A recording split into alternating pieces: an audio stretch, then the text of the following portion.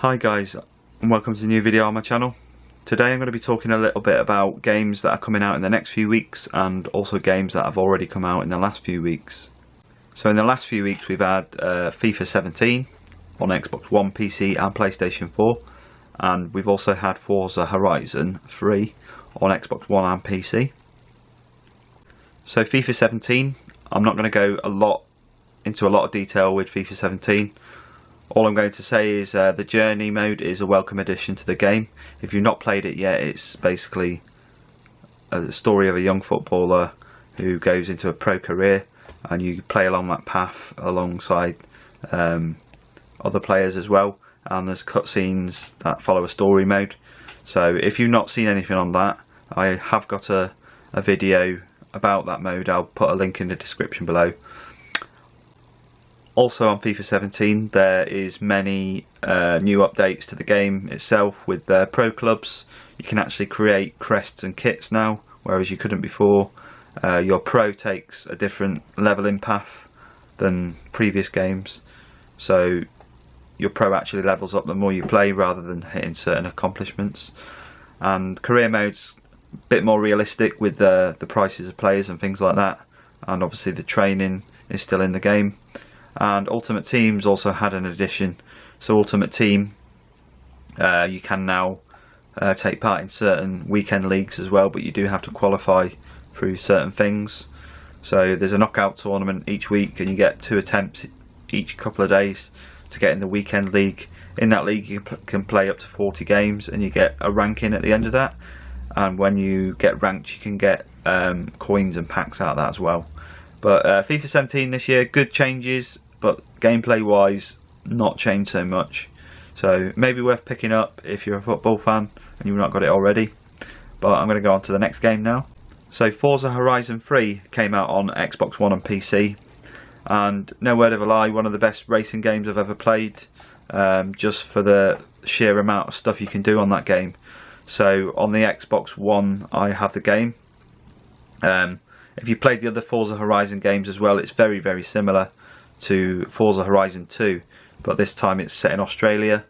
There's a lot more to do. It's a bit more open world than the previous game. It probably feels maybe a third bigger than the last game, maybe even more than that. I can't recall how big the world was in the last one, but on this one it seems like there's a lot of cars, and there's still the club mode. If you enjoyed the club mode in the last one, you can actually create your own club and have friends in that club, and the XP you generate together pushes you up the leaderboard, which is quite a good addition. It wasn't the last game, and it's pretty much the same this time, but it's a good feature that they kept in there. Also on Forza Horizon 3 this year, you can do a co-op campaign. As in co-op campaign, it is pretty much going around and doing the objectives together on the map, and you can do that with up to 4 people. And I've probably done a couple of hours with mates. It does make it more fun, but there's not really any story to the campaign, so to speak. It is pretty much just going around and doing all the objectives together and helping each other out, but it does make it a bit more interesting when you're doing it with mates.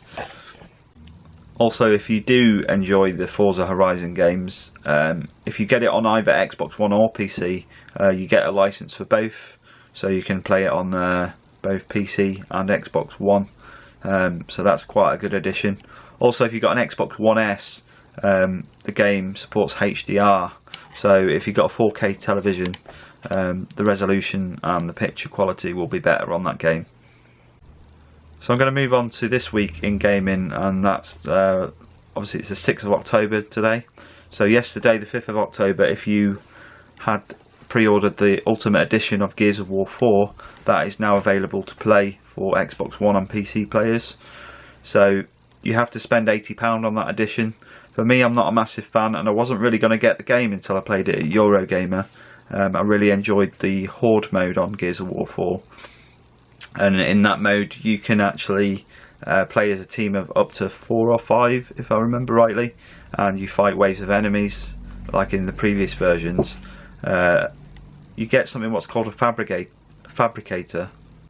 You get something which is called a fabricator, which is like a metal box, and you can move that to any point on the map, and the enemies you kill you get currency from, and you take that currency to the fabricator, and that gives you the tools to make stuff like turrets, pick up certain weapons, set barriers down to stop the horde coming. Played 10 waves of that at Eurogamer a couple of weeks ago, and it was really good fun. I did have 10 minutes on the campaign in 4K resolution as well, and that was really good fun as well. Even though I'm not a Gears of War fan, I could appreciate why people would love the game. And as with Forza Horizon 3, Gears of War 4 is supported in HDR on Xbox One S, and also you can get a license across both PC and Xbox One. So if you buy the game on either, you will get a license for the other, which is really good as well. Now I'm going to talk about a game that comes out on Friday, which is tomorrow, the 7th of October. A game I've been looking forward to for probably quite a few years now, and that's Mafia III. I played the previous Mafia game, and it was one of my favourite stories of all time in a video game, to the point where I played it through 2 or 3 times. I really enjoyed it that much. I'm really hoping this one lives up to the same as the last. It does look quite a bit different, and it follows a different story path to the previous one, so in no way is it related. I've seen a lot of gameplay footage. It is out there on YouTube, so if you have a gander on YouTube, you can see quite a bit of gameplay now. There's been a lot of trailers. One thing that does worry me is they haven't sent copies out to reviewers yet, which they do with most games now. A week or 2 before games come out, reviewers get their hands on a copy of the game, and they get to play it all the way through, or as much as they want, and then they let the world know what they think. We've not had anything of that, and that makes me a bit sceptical, but from what I've seen gameplay wise, it does look really good. How open the world is, that's my worrying thing. I'm just hoping it's quite big. I don't think it'll be as big as GTA, but time will only tell. So with Mafia 3, I will probably bring some gameplay footage to that as and when I can. I'm going to play it through myself first, I think, and enjoy it, and then maybe do a playthrough on my channel. If that's something you want to see, let me know. I'm going to talk about Battlefield 1 now. There is several ways to play this earlier than the release if you do have an Xbox One or PC. PlayStation 4 will miss out on a little bit of this. So if you've never had EA Access, it's a hub on Xbox and PC where you can pay a monthly subscription or a yearly subscription, and for that subscription you get certain things like free games, such as like Plants vs Zombies Garden Warfare, Battlefield 4, Battlefield Hardline. You can actually go on there and download those full games for free, and as long as you're paying, you get to play them. Also, you get discounts on digital content. You get 10% off, and that, whether that be a downloadable content or a full game. And also you get to play any EA title, you get to play that for 10 hours before the game launches. So games like Titanfall 2 and Battlefield 1, you'll actually be able to download the full game 5 days before release and play it for 10 hours before the game even comes out. Now for Xbox One and PC players, you can do that on the 13th of October, so that's in a week today, I think, if I'm correct. Anybody who's pre-ordered the early enlister edition, I think that's, you've got your standard edition of Battlefield 1, your middle edition and your top edition. So the middle and the top edition game, people who pre-ordered will be able to carry on and play that game from the 18th of October. So you've got 5 days to play it for 10 hours, and then on the 18th you'll be able to play it if you have any of those 2 editions. And if you just pre-order the standard edition of the game, you can play that from the 21st of October when the actual proper launch of the game is. I believe the cheapest place to get that is Amazon. We're doing it very cheap for about £39. It's definitely worth it. I've had quite a lot of time with Battlefield 1 now. I played the beta to death on the desert map. I also played 3 or 4 times at Eurogamer. Had about probably in the region of another hour with the game on a different map called St. Quentin Scar, which is like rundown villages, and it was just really, really good. I just cannot wait.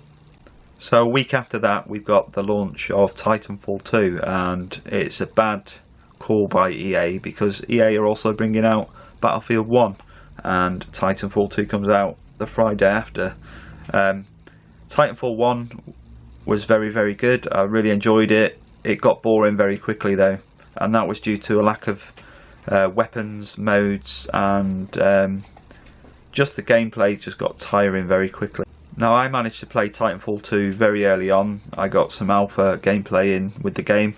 I also played that at Eurogamer as well, and it's a very good game, and I really enjoyed it.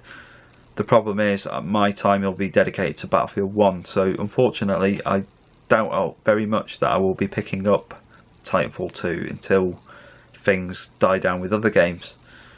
But Titanfall 2 has got some welcome changes. There's a lot more to the game. There's a lot more customization options. You can actually have different skins for your Titans and stuff now, and the maps feel a lot bigger as well. So if you want to play Titanfall 2 early, you can also do that on EA Access, and I believe the date for that would be the Tuesday before the Friday, maybe even before that. I can't give you an exact date for that, but I can imagine it'd be probably the weekend Battlefield 1 launches. You'll be able to play Titanfall 2 for 10 hours on EA Access as well. And after that we've got quite a few games coming down the line. We've got the new Call of Duty games, which I've played a match on both of. Infinite Warfare reminds me exactly of Advanced Warfare. The graphics seemed decent enough for a Call of Duty game, but it was the same old crap. I then played a game on Call of Duty 4, and I really enjoyed the memories of playing on the map Overgrown. The actual game does look really good in a remaster, but I'm not going to be rushing back to play that. I'm only going to pick up Call of Duty 4 if they ever unbundle it from the other game. It's a bit of a con that you have to go and buy both games for £70. I'm not willing to do that when Battlefield 1 will be taking up quite a bit of my time. So I believe that launches around the 11th of October, not October, November. But if you've got a PlayStation 4 and you pre-ordered the Legacy Edition of the game, you can actually go and download the Call of Duty 4 campaign in the remaster now and play it now. You can only do that on PlayStation 4 though, unfortunately. If you've got an Xbox One or a PC, you're out of luck with that. PS4 own the exclusive content to that at the moment, so it's hard times for anyone else who really enjoys Call of Duty. They'll just have to suffer for 30 days. And then we've got a few games coming out. I'm not going to go into too much detail, but we got the new Final Fantasy launching in November. We've also got the new South Park game comes out in December, alongside Dead Rising 4 comes out on the same date. We've got other games like WWE 2K17. Not really interested in that. I think there's a few other good titles that I may have missed. If I have, let me know and I'll look into them and maybe talk about those as well. Going into the new year, I'm looking forward to a couple of titles at the beginning. Resident Evil 7 looks absolutely stunning. It looks like a proper next-gen Resident Evil, which is exciting for me because I love all the Resident Evil games. And also the new Ghost Recon. I'm in two minds whether that's going to be any good as well. So that's it for me with this video. I might go into depth with the certain games as they come out. I may do a bit more information and talking about those games.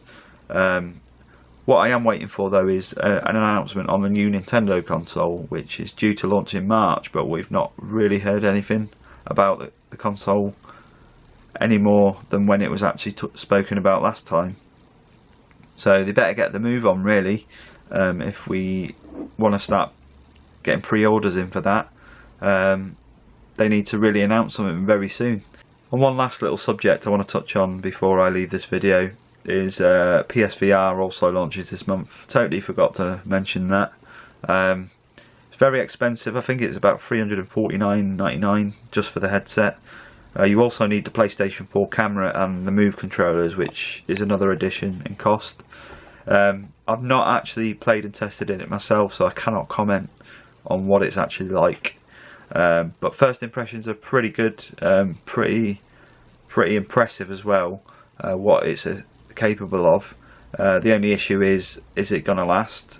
Are developers going to develop more games for it, and will it turn out to be a gimmick, or will it turn out to be the future? Who knows, it's too early to tell. But I'm going to leave it there, guys, and I'll see you on my next video. If there's anything specific you want me to talk about or even mention, or any sort of video you want me to record, or whether you just find this fucking boring and you want me to stop, just let me know, and I'll see you on my next video. Cheers, guys.